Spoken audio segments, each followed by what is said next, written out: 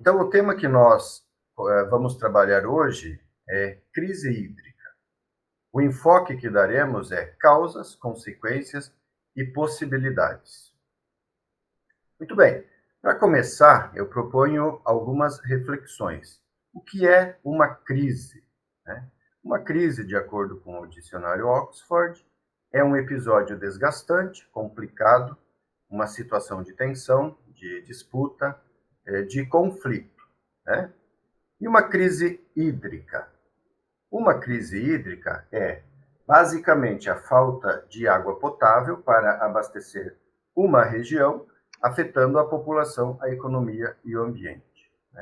Essa falta de água potável ocorre não necessariamente da falta de chuvas, mas também, nós vamos ver na sequência, pode ocorrer em função de excesso de chuva com destruição de estruturas. Outro aspecto importante para lembrarmos é que crise é um conceito antrópico. Então, a crise, e no nosso caso a crise hídrica, existe se há pessoas com falta d'água para alguma de suas atividades em alguma determinada região. Ou seja, se não existem pessoas demandando água, mesmo que ela não exista em uma determinada área, não significa que lá ocorre uma crise.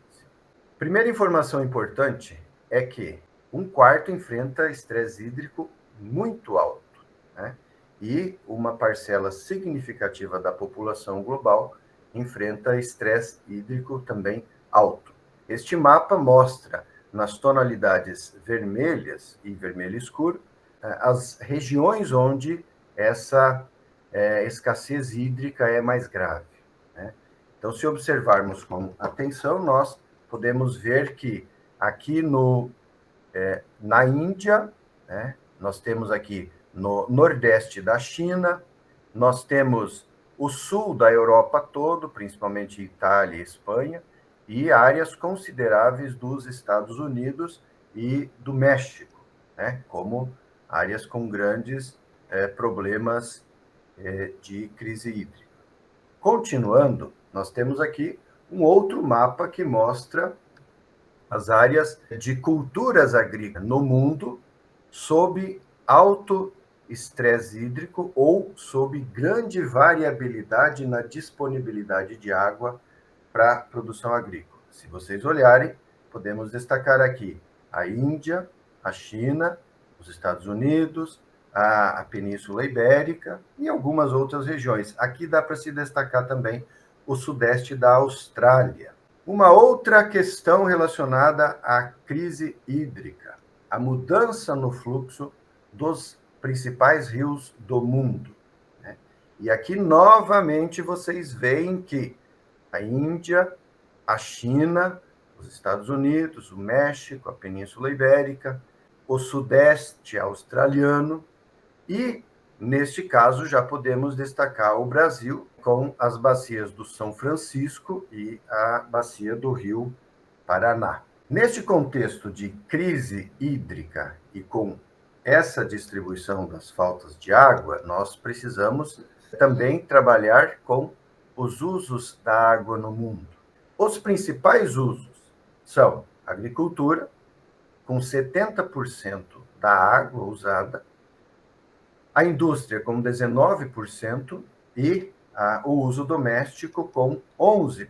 Isso aqui em nível de mundo. Depois nós vamos ver o Brasil, que é um pouquinho diferente. A partir disso, as Nações Unidas mostram algumas tendências. A principal delas, há um aumento da competição por água doce entre cidades e agricultura pelo mundo todo devido à rápida urbanização.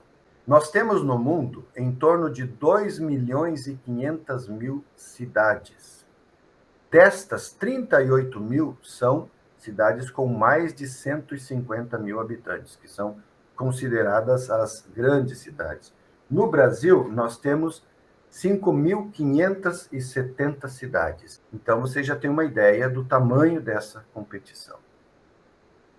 1/3 dessas cidades usam água superficial, ou total ou parcialmente, e concorrem com a agricultura.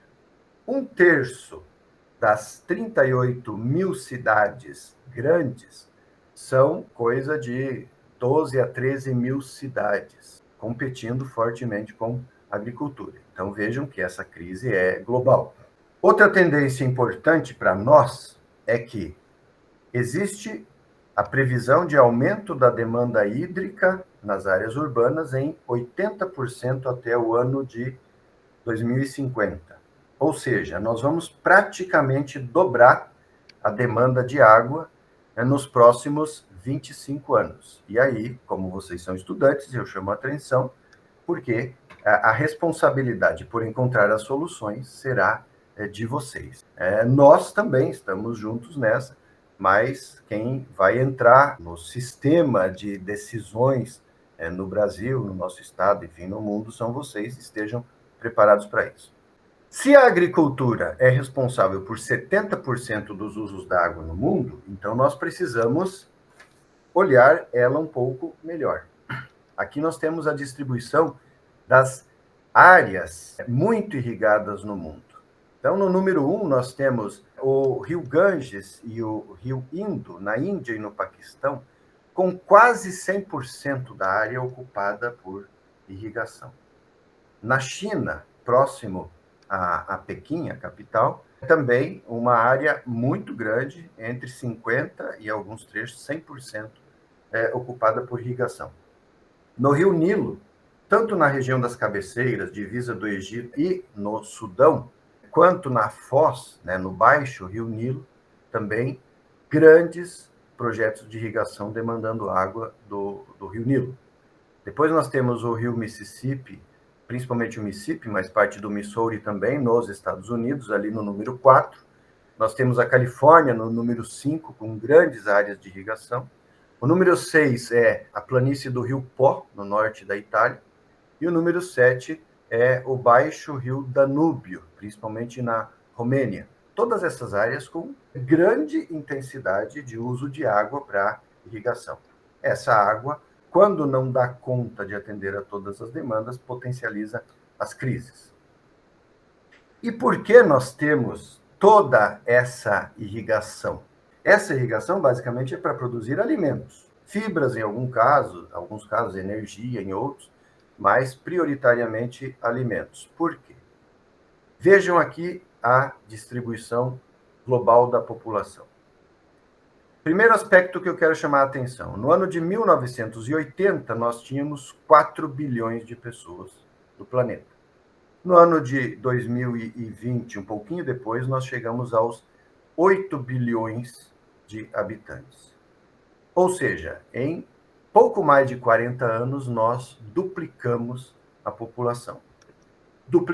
No mínimo, duplicamos a demanda por água e por alimentos. E isso aumenta a pressão sobre as nossas reservas de água, o que potencializa as nossas crises.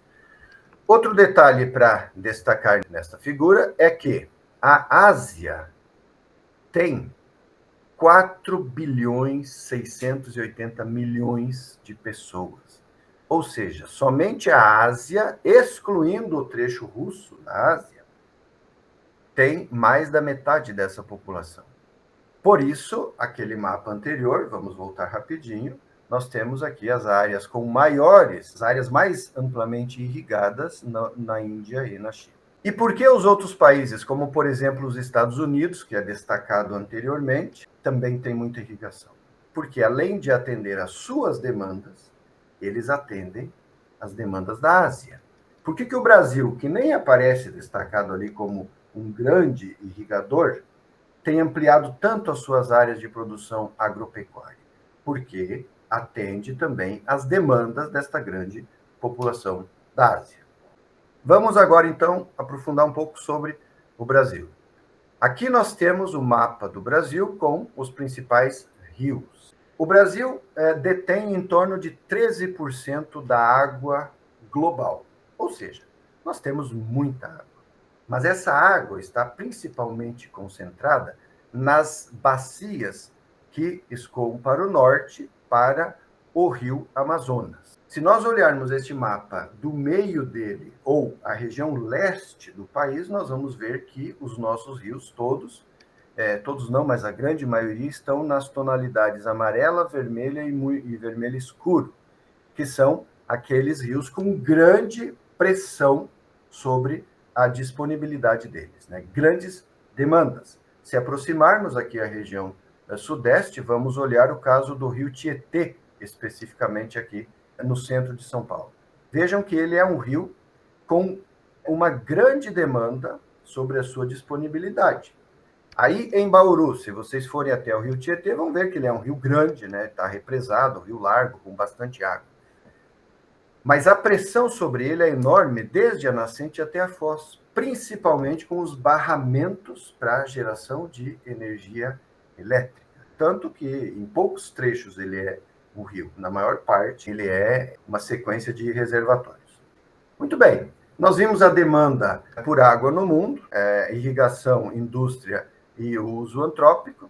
E aqui no Brasil nós temos um detalhamento um pouco maior. Vamos olhar aqueles aspectos mais significativos. No Brasil, em torno de 50% da água hoje é usada para irrigação. Em torno de 26% é para o uso urbano humano, né, e rural, tá? Então são os usos mais diversos que fazemos nas áreas urbanas. A nossa indústria usa um pouco menos de 10% da água e depois nós temos aí o uso para a produção animal, o uso nas termoelétricas, na mineração, enfim, que são responsáveis pelo restante do consumo, tá? Nós vamos destacar, num primeiro momento, a irrigação e depois vamos trabalhar no restante da palestra com os nossos usos humanos. Então, vejam, a irrigação no Brasil, no ano de 1985, era feita por quase 31 mil pivôs centrais. São aqueles pivôs que ficam girando e jogando água sobre as culturas. No ano de 2019, de acordo com dados da Agência Nacional de Água e Saneamento Básico, a ANA, nós tínhamos 1.556.000 pivôs centrais, ou seja, nós aumentamos em muitas vezes o número de pivôs, obviamente aumentando as áreas irrigadas, ok? E aí vamos agora, então, tratar por partes das nossas principais causas das crises hídricas. Eu vou listar aqui elas todas e depois vou trabalhar uma por uma mais detalhadamente. Então vamos lá. Primeira, baixos índices pluviométricos por períodos prolongados, são aqueles períodos sem chuva. A segunda, aumento da demanda por água em determinadas regiões. Neste caso, demanda urbana, demanda rural. A terceira, intensificação do uso antrópico da terra, rural e urbana. A quarta principal causa, as mudanças climáticas. As nossas secas prolongadas, né? Seca é diferente de estiagem, seca é maior, né? É mais impactante, e as inundações repentinas, que destroem estruturas de fornecimento de água e muitas vezes causam uma série de outros danos. Também nós temos a poluição e a contaminação de mananciais superficiais, o que impede muitas vezes que se use água, potencializando as crises. A superexploração e a contaminação das águas subterrâneas, o desperdício da água captada. Daqui a pouco vamos mostrar alguns dados interessantes para você. O afastamento da água, não afastamento físico, mas psicológico, intelectual, o afastamento com relação ao desconhecimento da água e também a mudança nos padrões de consumo da água e outros produtos que demandam água para sua produção. E a falta de manejo integrado das bacias hidrográficas e também de planejamento e gestão dessas bacias. Ok? Mas depois detalhamos mais cada um deles. Então vamos lá. Primeira causa importante, baixos índices pluviométricos por períodos prolongados, principalmente decorrentes de anomalias climáticas, como o El Niño e a Laninha, que modificam os padrões de circulação atmosférica e também as precipitações pelo mundo, incluindo o Brasil. No caso do Brasil, o El Niño predominantemente provoca secas no norte e nordeste do Brasil e chuvas muito maiores do que a média na região sul e parte da região sudeste. Laninha já é o contrário, provoca chuvas no norte e no leste da Amazônia e secas severas no sul do Brasil. Então, quando nós temos laninha, nós temos riscos de secas bastante grandes e as nossas crises hídricas tendem a ser potencializadas, porque nós já praticamente vivemos numa crise hídrica. No caso de Bauru, muito significativamente, quase que todos os anos e quase que o ano todo. Mas quando tem laninha, piora. E, além disso, nós temos a interferência das mudanças no uso da terra, que, com a substituição das florestas por outros usos, diminui a evapotranspiração, diminui a umidade na atmosfera, e isso também reduz a ocorrência de chuvas. A segunda causa, aumento da demanda por água em determinadas regiões, no caso aqui urbanas, depois falamos das rurais. Vejam Botucatu. Eu estou fazendo uma pesquisa sobre o assunto, então eu tenho esses dados bem frescos aqui comigo. Em 2002, a área urbana de Botucatu abrangia 972 hectares e moravam lá 108 mil pessoas. Em 2022, a área urbana de Botucatu se ampliou para 1.728 hectares e o número de pessoas que moram lá aumentou para 145 mil pessoas. Então, houve, nesses 20 anos, uma ampliação da área ocupada por área urbana de 755 hectares, ou quase 38 hectares por ano. A população aumentou em mais de 37 mil pessoas, o que dá um aumento de quase 2 mil pessoas por ano. Então, vamos fazer um cálculo simples sobre a questão da água para essas pessoas. A demanda média de água no estado de São Paulo é de 162 litros por pessoa por dia, de acordo com o Instituto Água e Saneamento. Usando esse dado médio para calcular o aumento do consumo em Botucatu, temos então que, nos últimos 20 anos, de 2002 a 2022, aumentou 37 mil pessoas, vezes 162 litros, praticamente 6 milhões de litros de água a mais por dia, o que nos dá um total de quase 2,2 milhões de metros cúbicos por ano. Cada metro cúbico são 1.000 litros de água. Além desse aumento, então, no consumo de água, nós temos a questão da perda de água superficial com o aumento da impermeabilização do solo pela ampliação da área urbana. E essa impermeabilização aumenta o escoamento superficial, causando enxurradas, inundações, alagamentos e muitas vezes destruindo infraestruturas e ceifando vidas. E nas áreas rurais, como está ocorrendo esse aumento da demanda por água? Vamos ver o caso da bacia hidrográfica do Rio Pardo, que atende aqui a cidade de Ourinhos. Vejam, no ano de 2004, esta bacia tinha 38 pivôs centrais, irrigando 17 quilômetros quadrados. Em 2024, essa bacia tem 303 pivôs centrais, irrigando 117, praticamente 118 quilômetros quadrados, ou seja, uma ampliação de mais de 100 quilômetros quadrados. Isso são mais de 10 mil hectares ampliados com irrigação. Essa água precisa sair de algum lugar. Aumenta a demanda, o risco de crises hídricas fica maior, o risco de aqui em Ourinhos faltar água para a população vai aumentando. Este aumento foi de quase 7 vezes em 20 anos. Outra causa, a terceira, intensificação do uso antrópico da terra, uso urbano e rural. Esta figura nos mostra uma condição natural aqui da nossa região, com floresta, com bastante umidade, aí nós temos até alguma névoa se formando sobre a floresta, ok. E essa cobertura natural que sempre existiu, ela foi substituída por área urbana. Essa foto é de Bauru, da semana passada, eu estive aí. E essa área rural é em Avaré. Nessas condições de mudança do uso da terra, nós temos redução das taxas de infiltração da água das chuvas.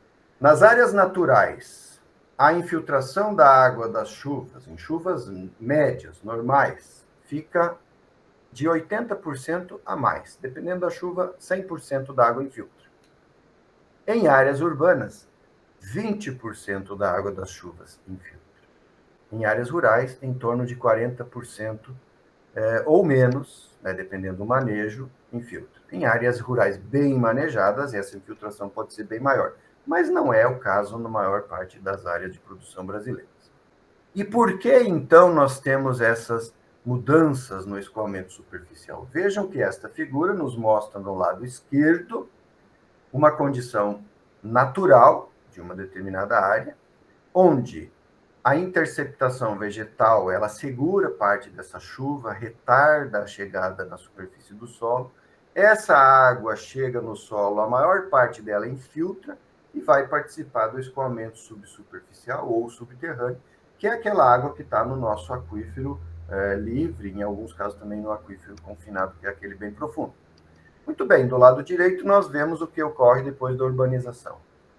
A interceptação vegetal já não existe mais e o escoamento superficial passa a ser predominante em um grande volume. Tá? E aqui nós temos o que ocorre no rio, né? Nos rios que são responsáveis por atender parte das nossas demandas. Tá? No caso de Ourinhos, quase toda. Vejam que a parte de cima da figura é a condição natural. Como muita água infiltra, a inundação não se torna tão grande. Como muita água infiltra, as nascentes têm água para os períodos que não está chovendo e mantém o rio com um nível de água bom. No caso da bacia de baixo, a parte de baixo da figura mostra uma bacia antropizada. O que acontece? Como nesses casos infiltra menos água, escoa mais, as inundações se tornam maiores, certo? Inundações que aí em Bauru vocês conhecem bem. Como pouca água infiltra, vai ter pouca água para brotar nas nascentes quando não está chovendo. Então, o nível mínimo do rio reduz muito. Se vocês forem olhar aí o rio Bauru, de vocês, ou mesmo o rio Batalha, vocês vão ver que quando não está chovendo por um mês, 2 meses, o rio praticamente seca, porque não houve recarga do solo com água das chuvas.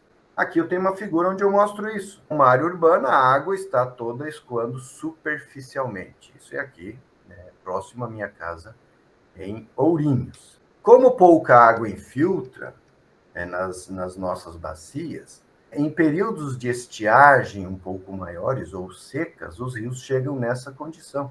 Este é o Rio Pardo, que neste local, normalmente, ele tem uma profundidade de 40 centímetros, meio metro. No dia 26 de agosto de 21, eu estava com um amigo, passando por ele de caiaque, e nós tínhamos que puxar o caiaque, porque não conseguíamos remar, porque o rio tinha menos de 10 centímetros de água. Vocês veem ali, está no meu tornozelo. Por quê? Porque as nascentes estão comprometidas. Então, a má gestão das bacias hidrográficas compromete o volume de água nos nossos rios, potencializando as nossas crises hídricas. Aqui nós temos uma foto do Rio Pardo em Ourinhos. Em 6 de junho de 21, aqui neste local, vocês veem uma corredeira, a água num nível mais ou menos normal. Em novembro de 21, do lado direito, vocês veem que o rio estava praticamente seco. E neste dia, SAI, que era responsável pela distribuição de água aqui em Ourinhos, me ligou pedindo se tínhamos alguma solução na Unesp, porque a água não chegava no bocal das bombas de captação. Então, as bombas estavam sugando ar. Se não chovesse naquele dia, nos próximos, Ourinhos não teria água para atender a maior parte da população. Felizmente, graças a Deus, naquela noite, choveu e deu uma recuperada. O problema persistiu por mais uns dias, mas depois estabilizou e o rio tem variado, mas não chegou mais neste nível de falta d'água. E as consequências da redução dessa infiltração da água das chuvas no solo, então?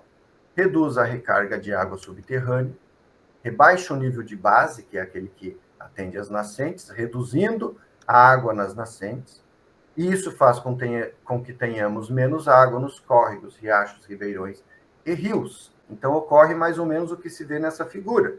Na parte de cima dela, uma condição normal, né? O solo coberto por uma vegetação nativa, o lençol freático, que é o nosso nível de base, alto, a água brotando lá no fundo de vale. Na parte de baixo, a área urbana predominando sobre este solo, menos recarga, ou o nível de base, ou lençol freático rebaixa, a nascente não está mais brotando lá no fundo de vale. Vejam que o riozinho que está ali no final, no caso de baixo, ele não está recebendo água dessa nascente. Tá? E se não receber de todas as nascentes, ele simplesmente seca. Mas a água que infiltra no solo, ela tem um outro papel importante. Ela mantém a umidade desse solo que produz alimento. Quando nós temos menos água no solo, então produz menos alimento, precisa irrigar.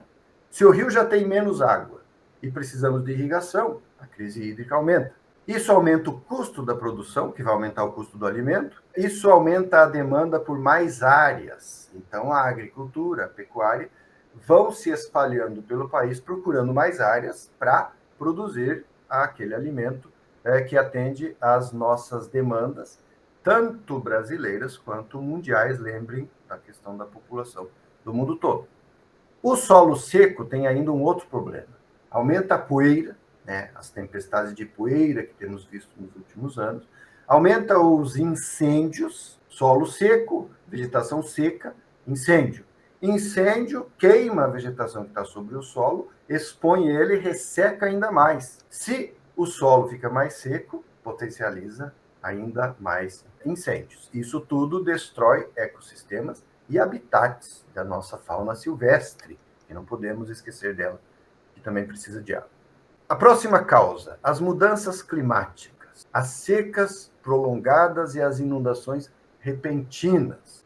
Vejam aqui algumas notícias, primeiro de Ourinhos, vejam, uma variedade de notícias falando do risco de falta de água aqui em Ourinhos, a nossa crise hídrica. Aqui nós temos Bauru, aqui é o ponto, a lagoa de captação do Rio Batalha, que atende em torno de 100 mil pessoas, um quarto da população de Bauru. Aqui notícias de outros anos falando do problema de Bauru. Mas nós também temos as inundações repentinas, que destroem as estruturas de atendimento da população. Aqui nós temos alguns exemplos da inundação no Rio Grande do Sul, mas também em Bauru, a foto da direita embaixo é em Presidente Prudente. Nestes casos, destrói casas, destrói estruturas, destrói tudo. E às vezes a pessoa está dentro da água, enfrentando uma crise hídrica porque ela não tem água para beber, porque a água que está ali está contaminada, poluída, transportando uma série de patógenos, colocando a vida dela em risco. Outra causa, poluição e contaminação de mananciais superficiais. Essa foto eu tirei na sexta-feira passada do Rio Bauru, aí na cidade que vocês estão, o rio completamente poluído e contaminado. Aqui é o córrego Jacuzinho, aqui de Ourinhos, onde o esgoto está sendo despejado nele in natura.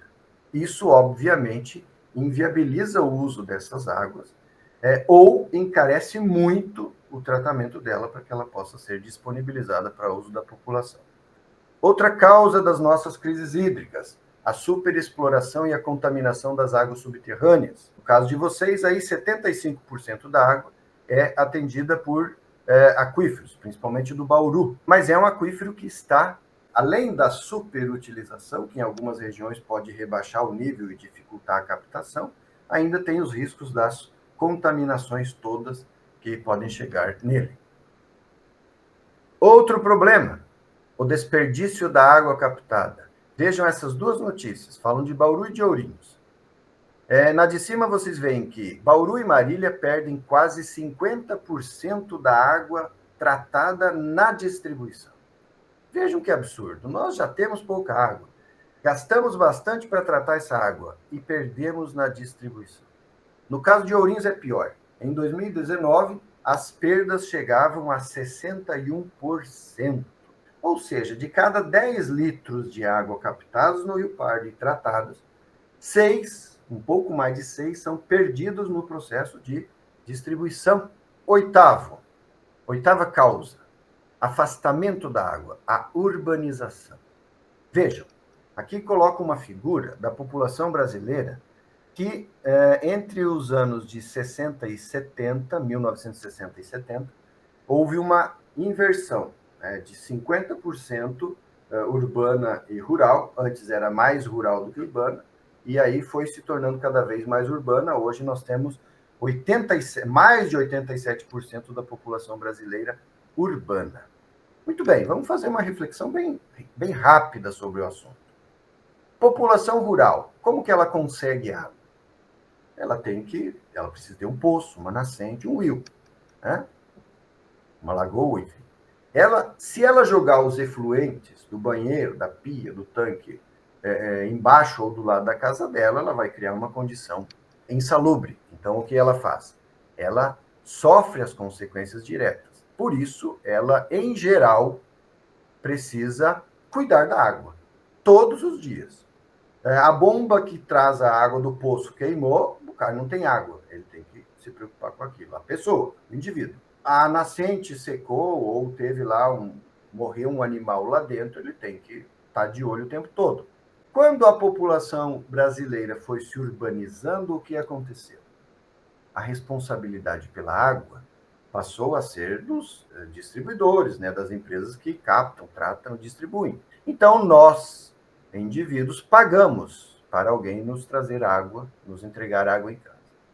A mesma maneira, os efluentes.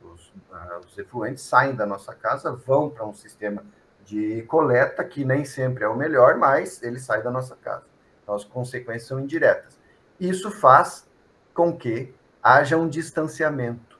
As pessoas não precisam mais se preocupar de onde está vindo a água ou para onde vai o efluente. E isso tem distanciado principalmente a população das grandes cidades. Quando a pessoa não conhece, ela tende a não cuidar. E para exercitar isso, eu pergunto para vocês: de onde vem a água que cada um de vocês usa na casa de vocês? De onde ela sai? Ah, ela vem da torneira. Ok. O DAI é que entrega ela. Ok, mas e o DAI pega onde essa água? E depois que você deu a descarga, depois que você abriu a torneira da sua pia, para onde essa água vai? Uma outra pergunta: quanto por cento do esgoto de Bauru é tratado? O esgoto de Bauru pode gerar uma série de problemas, porque é uma cidade com quase 400 mil habitantes. Vamos dar uma olhada aqui. Em 2022, 3,7% do esgoto de Bauru foi tratado. Bauru gera quase 29 milhões de metros cúbicos de esgoto por ano. Coleta 74%. Coleta, mas não trata. Dá uma estabilizada e coloca na natureza. Considerando que esse coletado tem um certo controle, em 2022, Bauru despejou na natureza 7 milhões e 500 mil metros cúbicos de esgoto, conforme o Instituto Água e Saneamento. Vocês têm aí uma ET, chama Vargem Limpa, sendo construída desde 2015, foi paralisada em 2021, ela já custou mais de 105 milhões de reais e ainda não está pronta. Enquanto isso, cada vez que vocês dão descarga no banheiro, cada bauruense dá descarga ou joga qualquer efluente numa pia, num tanque, está mandando para a natureza aquilo que não foi tratado. Uma outra questão a fazer para vocês: quantos de vocês já viram uma nascente de água?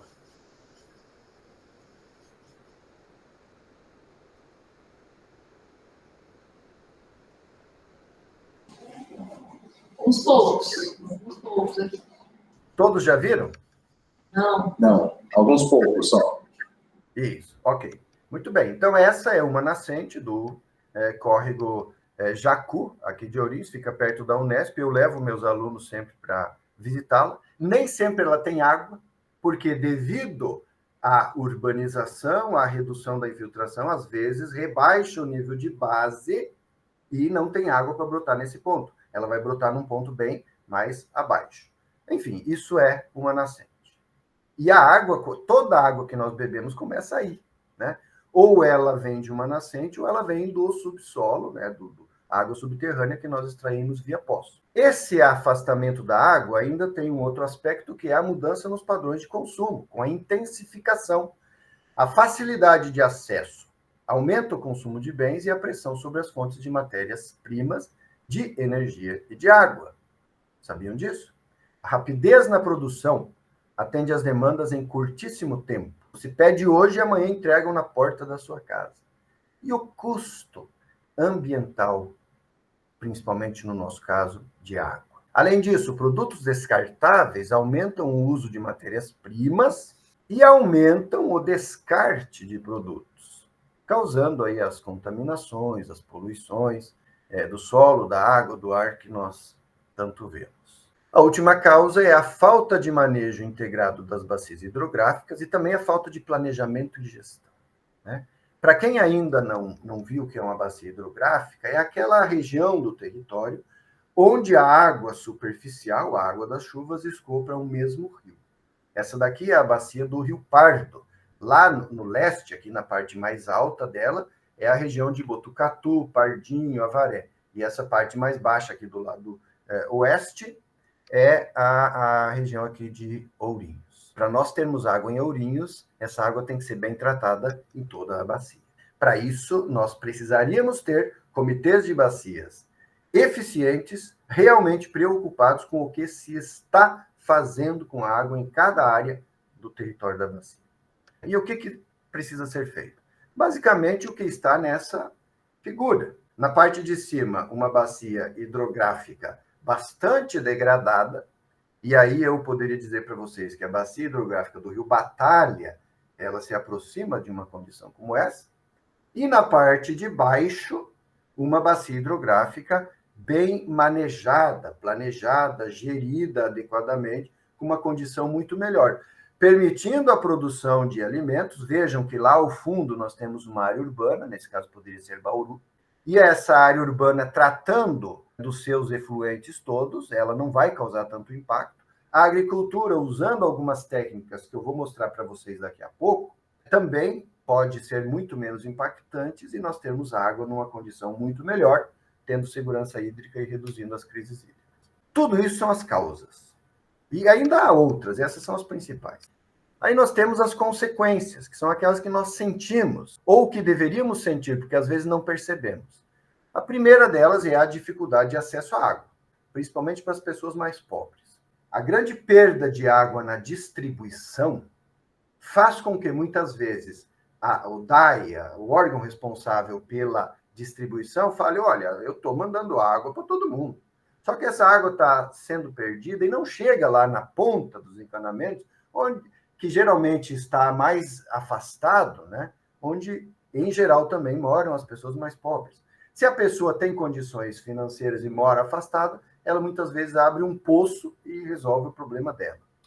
Outra consequência, rodízio na disponibilidade de água. Quem já não passou por rodízios, ou o bairro, ou a rua, ou determinados horários, vai ter menos água, ou vai ter menos pressão, a água vai sair mais fraca das nossas torneiras. Isso, né, as crises hídricas reduzem a produção de alimentos e aumentam o preço, que vai também impactar as pessoas com mais dificuldades econômicas.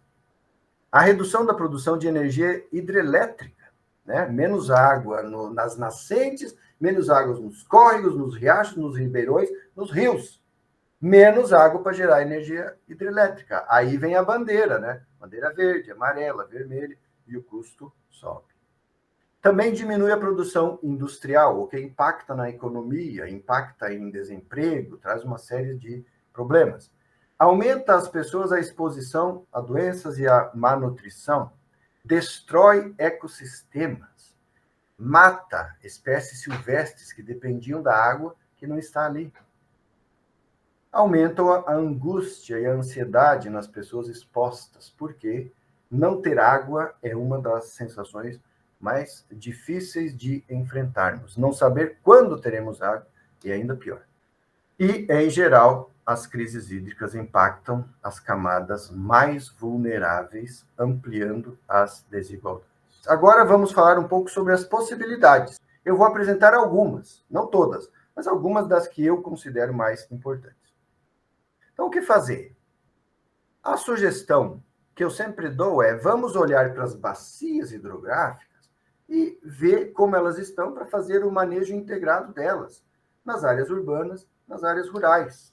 Então, nós vamos falar aqui sobre algumas ações que mantêm o ciclo da água, que precisam ser estimuladas, apoiadas e implantadas em todas as bacias hidrográficas, porque o Brasil todo é composto por um conjunto de bacias hidrográficas, né?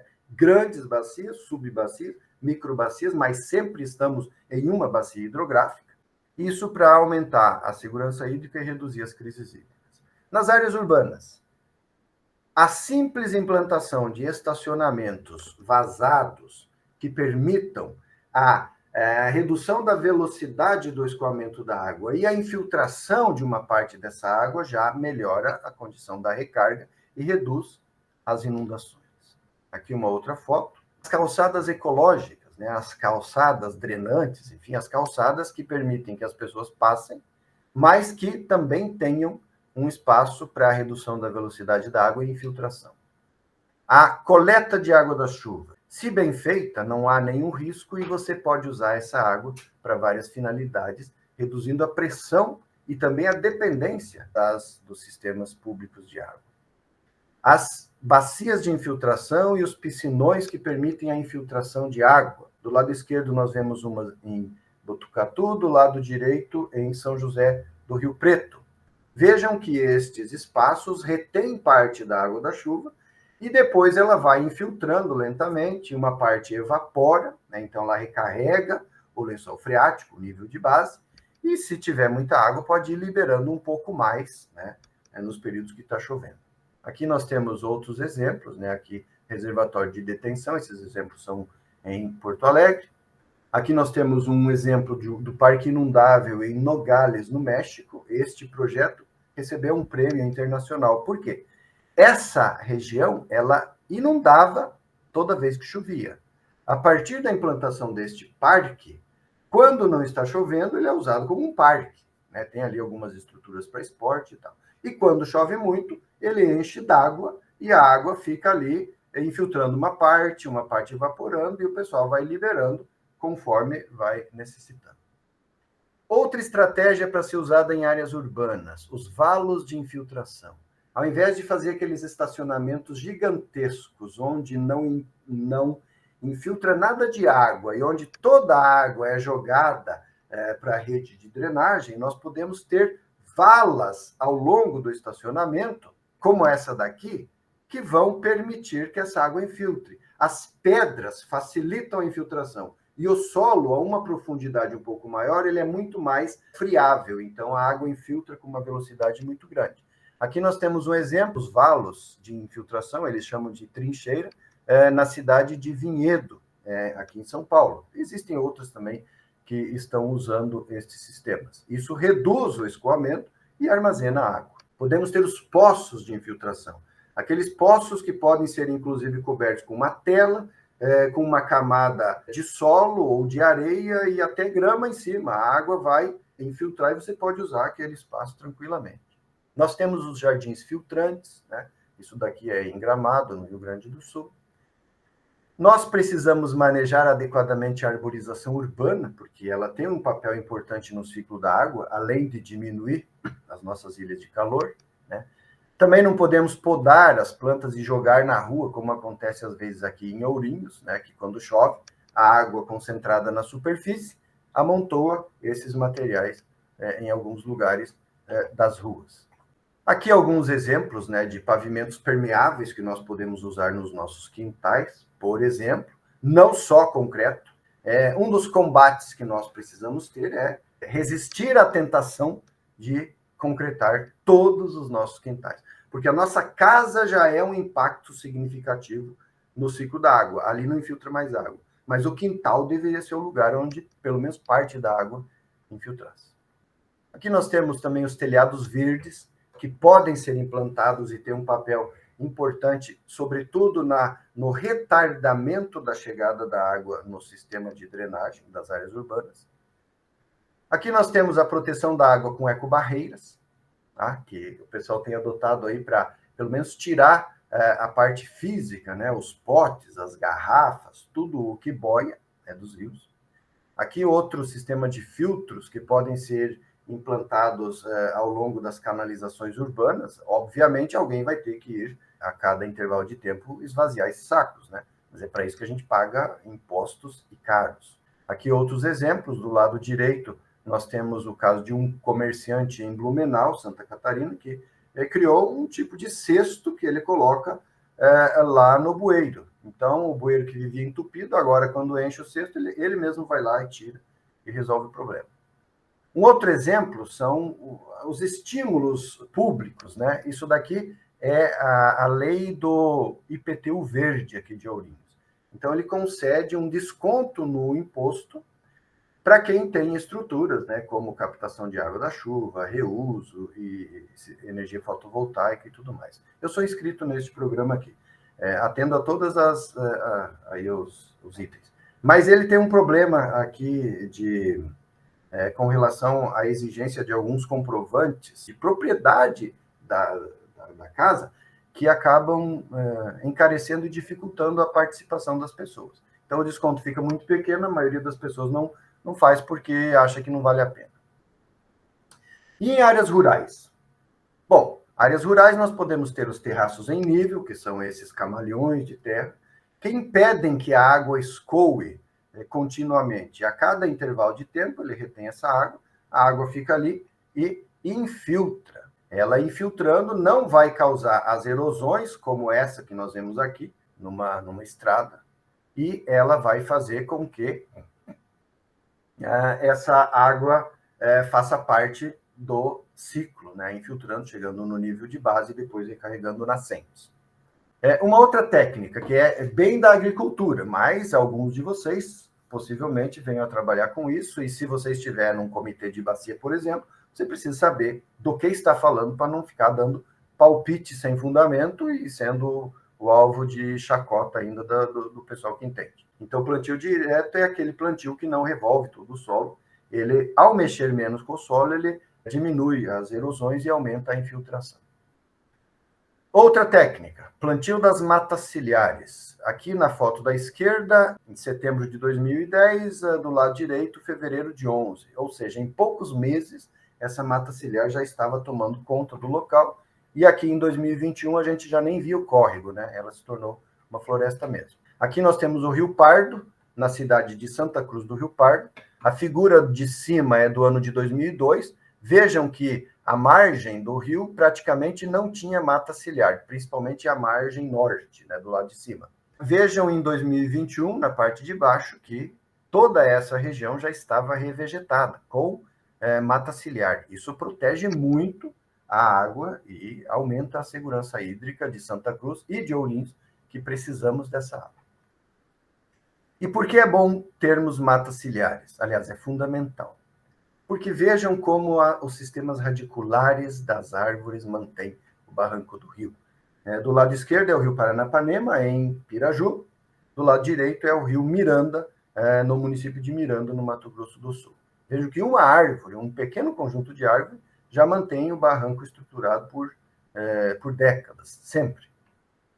Também é importante nas áreas rurais termos as barragens de infiltração, as barraginhas, porque ao invés da água escoar e causar erosão e depois assoreamento, ela infiltra. Então vejam aqui, no espaço de uma semana, essa barraginha lá no município de Sabino, ela esvaziou completamente. Essa água, uma parte infiltrou, uma parte evaporou e a maior parte infiltrou. Também é importante termos os cordões de vegetação, os quebra-ventos, para reduzir a velocidade do vento, o que reduz a retirada de umidade da camada superficial do solo. Né? Também precisamos arborizar nossas pastagens, implantar os sistemas silvipastoris. Precisamos implantar os sistemas agroflorestais nas nossas áreas rurais. Neste caso, é um projeto que eu coordenei lá em Rosana, do lado esquerdo, em 2009, essa árvorezinha recém tinha sido plantada. Do lado direito, em 2013, estávamos eu e o proprietário da área na sombra desta árvore. E o gado dele também passava na sombra. Né? Aqui também, lá em Rosana, o seu Arnaldo o proprietário, vejam do lado esquerdo as mudas recém-plantadas, do lado direito já também com uma árvore, com árvores, né? Neste caso, nos 2 primeiros anos eles plantaram culturas agrícolas, né?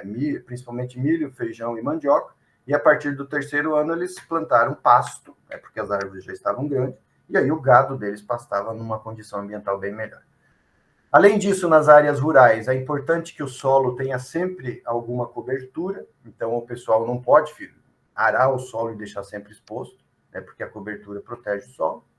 A cobertura morta também, ao invés de queimar a palhada que está sobre o solo, ela pode ser incorporada nesse solo.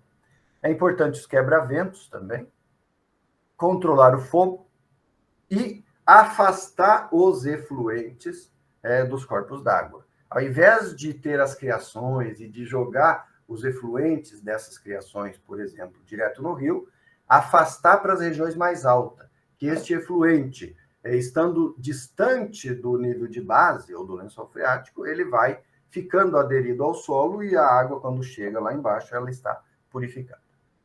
Ok?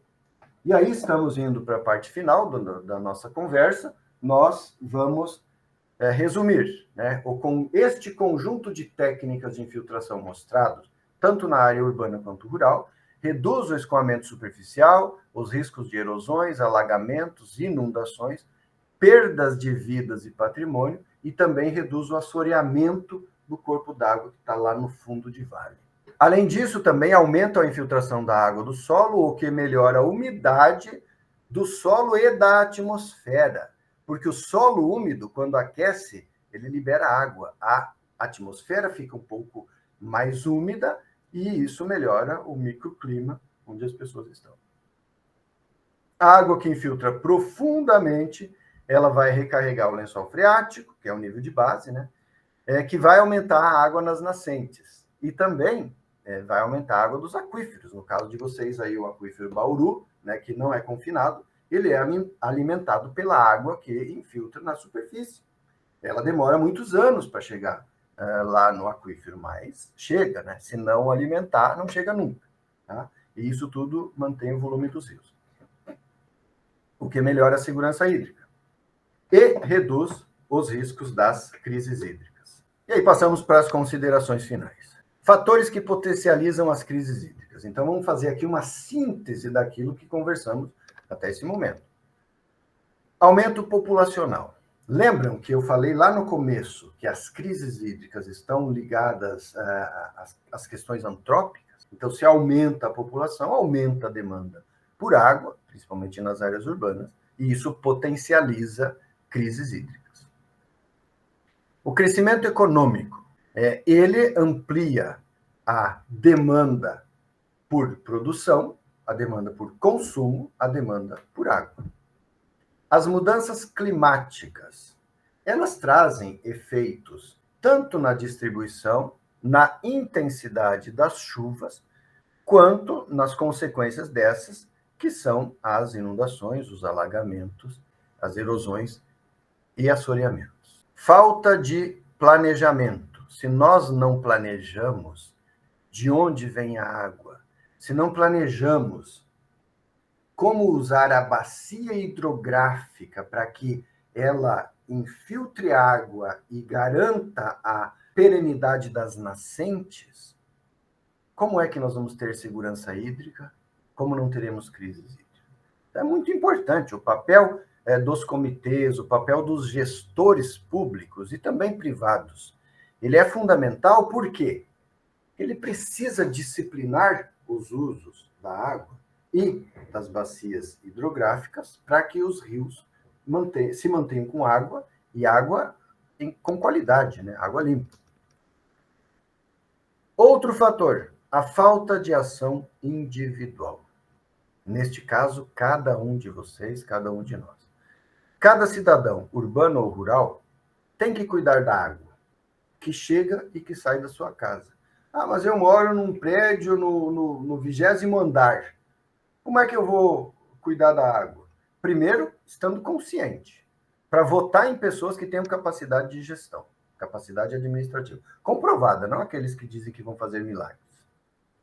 Além disso, pode reduzir o consumo de água, pode diminuir a contaminação, a poluição dessa água, pode reciclar, pode tomar atitudes que vão impactar menos na natureza e nos corpos d'água. Então, o cidadão precisa fazer a sua parte, tanto na torneira como sobre a área do seu terreno. E aqui eu falo área do terreno, aquelas pessoas que vivem em casas e concretam todo o quintal. Neste caso, a pessoa está potencializando inundações que podem matar pessoas, inclusive a própria pessoa que impermeabilizou o quintal, né? Ou alguém da sua família. Essa impermeabilização do quintal também compromete a recarga da água subterrânea, o que pode faltar lá na frente para a própria pessoa. Cada um se preocupar um pouco e permitir que uma pequena parcela do seu quintal infiltre água, reduz a inundação e aumenta a água disponível. E aí, quando eu falo da ação individual para preservar a água, não é só a água líquida, é também a água que vem nos produtos que nós adquirimos. Precisamos pensar muito bem antes de fazer compras sem planejamento. Por quê? Porque a compra, além de aumentar o nosso custo, aumenta o custo ambiental. Tudo aquilo que chega na nossa casa, né, o pessoal hoje entrega em 1, 2 dias, aquilo teve um custo para produzir, um custo para transportar, vai ter um custo depois de usado na natureza, então isso precisa ser muito bem pensado. 1 quilo de tecido, ele precisa de pelo menos 1.000 litros de água para ser produzido, né? Então, quando vamos comprar, também precisamos ter a nossa ação para reduzir esse conjunto de impactos. Dentre as muitas soluções fundamentadas no manejo integrado das bacias hidrográficas e nas soluções baseadas na natureza, nós destacamos aumentar a eficiência da irrigação, né, nas áreas de produção agrícola, melhorar a produtividade das lavouras e criações. Isso no Brasil tem sido feito constantemente. Nós temos órgãos de pesquisas, nossas universidades, algumas outras instituições que são excelentes nisso, mas precisamos continuar melhorando para atender as nossas demandas sem precisar abrir novas áreas, degradando ainda mais os recursos naturais. Ampliar o reuso da água em todos os setores, principalmente nas indústrias. Muitas vezes a água é usada somente para refrigerar equipamentos, e isso pode ficar continuamente passando lá, né? Reduzir as perdas de alimentos em todas as fases. Mas o que alimento tem a ver com água? Todos os nossos alimentos são produzidos gastando muita água. Não só para produzir o alimento, mas para processar, para industrializar, para distribuir. Então, precisamos pensar nisso. Diminuir as taxas de consumo de água e de outros bens, que a gente falou agora há pouco. Reduzir a dependência de combustíveis fósseis e investir na geração de energia renovável, porque também se usa muita água nesse tipo de combustível, tanto para processar, quanto para distribuir, para manter e tudo mais. Melhorar os sistemas de captação, tratamento e distribuição de águas, né? Isso a gente falou agora há pouco. Metade da água captada ser perdida é uma coisa insana, né? Mesmo que só se pense na questão econômica. Evitar a poluição e a contaminação das fontes de águas. Bom, se nós dependemos vitalmente da água, não vivemos mais do que 2 dias sem água. Como é que nós, racionais, degradamos os nossos rios da maneira como degradamos? Desenvolver sistemas de monitoramento das condições das águas e de alerta para o risco de crises e desastres. Isso aí tudo é papel nosso, né? A universidade tem que estar muito envolvida nisso. Informar, educar e sensibilizar todas as pessoas sobre o papel de cada um na preservação das águas. Isso é uma coisa que a gente ainda não faz com a qualidade e a intensidade que precisa fazer. É nosso papel, né? Olha, você precisa cuidar da água. Como? Usa menos. Pensa na hora de descartar tanto os efluentes quanto os demais materiais, na hora de consumir, né? E eu acho que talvez a mais importante de todas, votar em representantes preparados para atuar em planejamento, gestão e manejo de águas. Porque o que nós temos eleito tem dificuldades para entender essas questões. E lembrar dos 3 pilares da sustentabilidade: ambientalmente correto, socialmente justo e economicamente viável. E infiltrar água. Possibilidades: ação local, reflexo global. Cada um faz sua parte. Conhecimento e respeito aos ciclos da natureza. Nós não dominamos a natureza. Jamais, nunca. Nós precisamos nos integrar a ela. Tudo o que nós construímos pensando em modificar radicalmente a natureza, criamos algo que depois, ou um desequilíbrio que vai afetar outras pessoas, ou que vai nos atingir futuramente. Educação deve ser aplicada aos conhecimentos fundamentais da vida.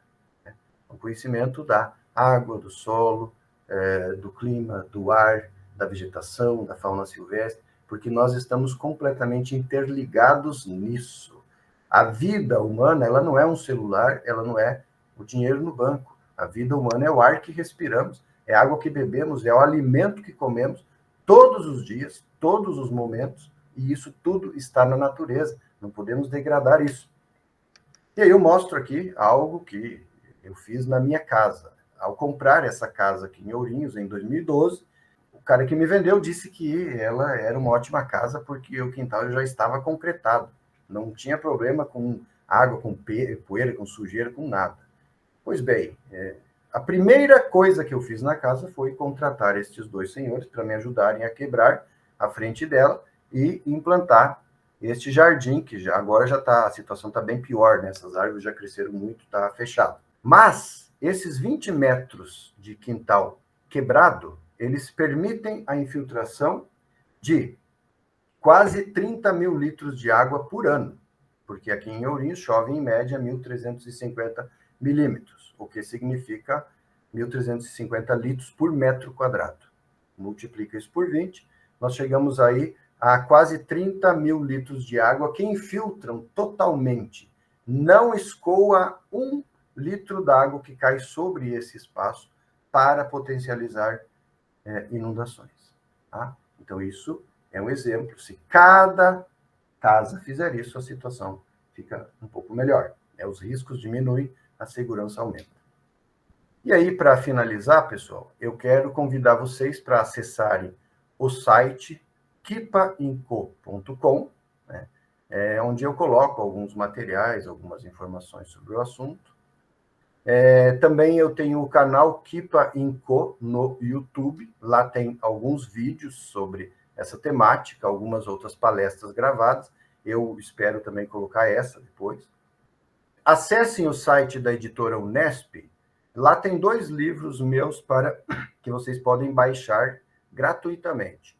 Um chama Água e Bacias Hidrográficas, Planejamento, Gestão e Manejo para Enfrentamento das Crises Hídricas.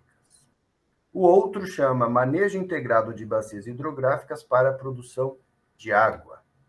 E na editora da ANAP, vocês também podem baixar sem custo o livro Bacias Hidrográficas e Segurança Hídrica. E na editora Paco, vocês podem comprar o livro Água por uma Nova Relação, onde eu trabalho essas questões do afastamento da sociedade atual da água. Tá? E aí encerro com esta figura aqui do Maurício de Souza, né, do Chico Bento, às margens de um rio, assistindo um belo nascer do sol. Muito obrigado.